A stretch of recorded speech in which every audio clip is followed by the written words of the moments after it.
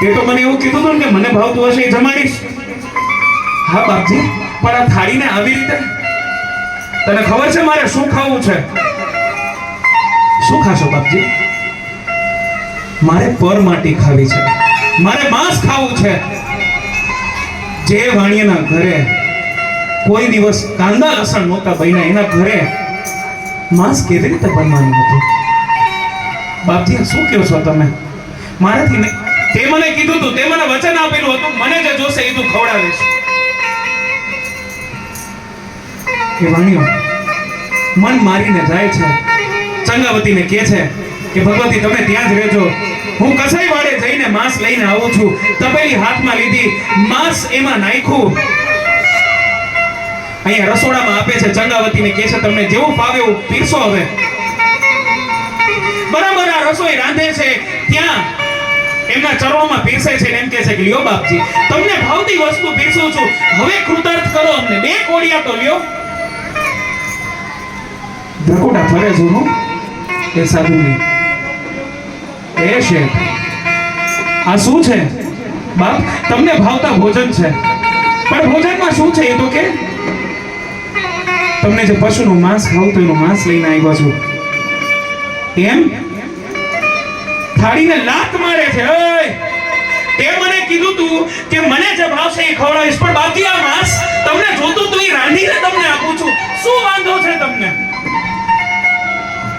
પણ એમ કહે છે કે હું કોઈ પશુનું માંસ નથી ખાતો, હું તો માણસનું માંસ ખાઉં છું. અને ત્યારે માથે જામ વીજળી પડી હોય એમ પડે છે. બાપજી, માંસ તમને માણસનું શું વાત કરો છો? કેમ નહીં ખવડાવી શકે ને? ના બાપજી બેસો. હવે તમે વિચાર કરો, જેને દાડીએ કોઈ દી માણસ મજૂરી કરવા ન મળતો હોય, બે જ મિનિટ ને રાખી દેજો, 2 જ મિનિટ ને રાખી દેજો. દાડીએ જેને માણસ કામ કરવા ન મળતો હોય, એ દાડીએ કોઈ દી મરવા મળશે? ત્યાં જ રાખી, 2 જ મિનિટ ત્યાં રાખી દો. ભલે હાથમાં લઈને રાખશો, કઈ વાંધો નહીં. હા, અરે દાડીએ મરવા કોઈ માણસ મળે ખરા? કોઈ દિવસ કામ કરવા માણસ નથી મળતા, પૈસા દેતા. પણ હવે ખરું થાય છે હો.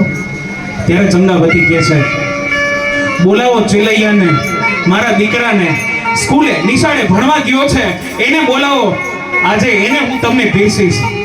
એ જગદંબાને મનમાં કેમ થયું હશે કે એના દીકરાને ખાંડીને ખવડાવશે? સ્કૂલમાં નિશાળે સમાચાર મોકલવામાં આવે છે. માસ્ટરજી કહે છે ચેલૈયા ભાગી જાજે.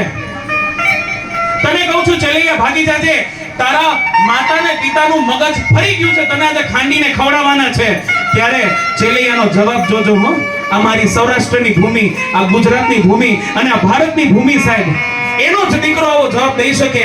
ચેલૈયો કહે છે કે આ આખું છે એ મારા માવતરે દીધેલું છે, અને આજે જો એમની નીમ, આજે એમની ટેક પૂરી ન થાય ને તો આ મારું જીવતર એમાં ધૂળ પડી. બાપ મને જવા દો તમે. હસતા મોઢે ચેલૈયો ઘરે પહોંચે છે. હામાં બોલ શું હુકુમ છે? અહીંયા સાધુ બેઠા હોય છે. સાધુ કહે છે ચંગાવતી,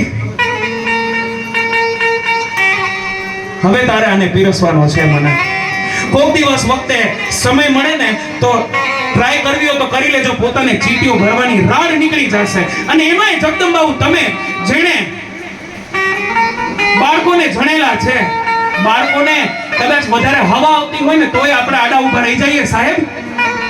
એ જગદંબાને કહે છે કે તારે આજે દીકરો ખાંડવાનો છે, પણ નિયમ સાંભળી લેજે ચંગાવતી.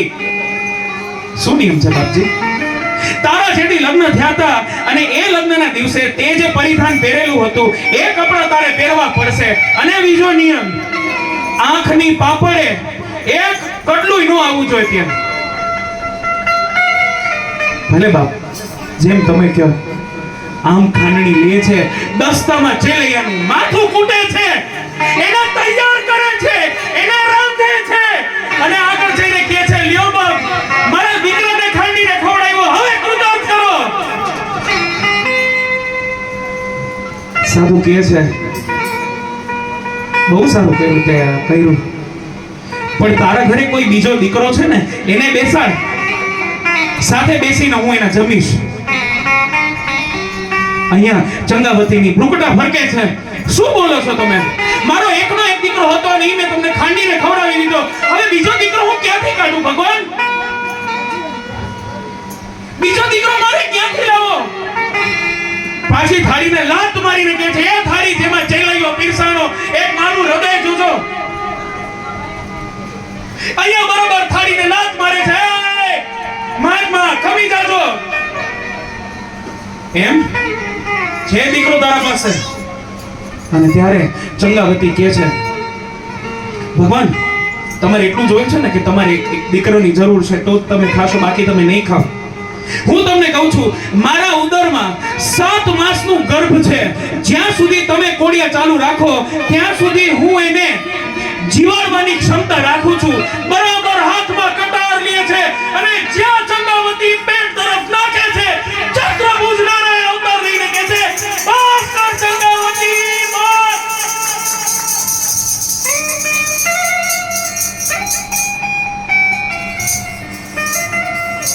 નારાયણનો હાથ પકડી લે છે, બસ કર, પણ કેટલું હોય? નારાયણ તમે જેમ લાકડી પડે ને એમ પગમાં બંને જણા પડી જાય છે. નારાયણ આવું શું કામ કર્યું તમે? માંગ ચંગાવતી, તારે શું જોઈએ છે? માંગી લે. અરે માંગ, તારે શું જોઈએ છે? મારો નારાયણ પૂછે છે. આ ભારતની નારી જોજો હો. હે ભગવાન, છે તમારામાં તાકાત કે જેમ મેં મારો દીકરો ખાંડીને ખવડાવ્યો એમ તમે ખાંડીને ખવડાવી શકો ખરા કોઈને? રેવા દ્યો ને બાપજી, રેવા દ્યો. ના ચંગાવતી, તું માંગી લે, તારે શું જોઈએ છે? ત્યારે ચંગાવતીએ ખાલી આટલું જ કીધું, અને આ ભારતની નારી જ કહી શકે સાહેબ. ચંગાવતી એટલું કીધું કે હે નારાયણ, હું તમને કરબદ્ધ પ્રાર્થના કરીને કહું છું કે જે માણસ આવો નિયમ લે છે, આવો વ્રત કરે છે, આવું તમારા માટે ટેક લે છે, મહેરબાની કરીને નારાયણ એની પરીક્ષા આવી ન કરતા બાપ, એની પરીક્ષા આવી ન કરતા. અને ત્યારે નારાયણે તથાસ્તુ કીધું. ચેલૈયાને જીવતો કરે છે, ચેલૈયાનું ખાલી પ્રેરક હતું. અને ત્યાંથી મારો નારાયણ નિજધામ જાય છે. નારાયણને ખબર છે આ સૌરાષ્ટ્રની ભૂમિ છે, અહીંયા ભક્તો મળે ને એની પરીક્ષા કરવા આવે તો મારે નારાયણને ધક્કો થાય છે બાપ. અને અહીંયા જ્યારે નારાયણ અંતર ધ્યાન થાય છે ત્યારે એ લોકોનો નિયમ પાડી અને એ લોકો બે કોડિયા મોઢામાં પૂરે છે. તમે હાલની તકે જો જૂનાગઢ જાઓ ને તો જૂનાગઢની બાજુમાં બિલખા પડે છે, જાજો. હાલની તકે ચેલૈયાની જગ્યા ત્યાં છે, ઉપર દર્શન કરજો. નારાયણને ત્યાં ધક્કો થયેલો છે અને ભગવાન આવે છે એ સાક્ષી. અને ત્યારે કાળિયો ઠાકર, નારાયણ, મહાદેવ, જેનું પણ નામ લેવાય, 1 મિનિટ આપણે ભગવાનનું નામ લઈએ અને કહીએ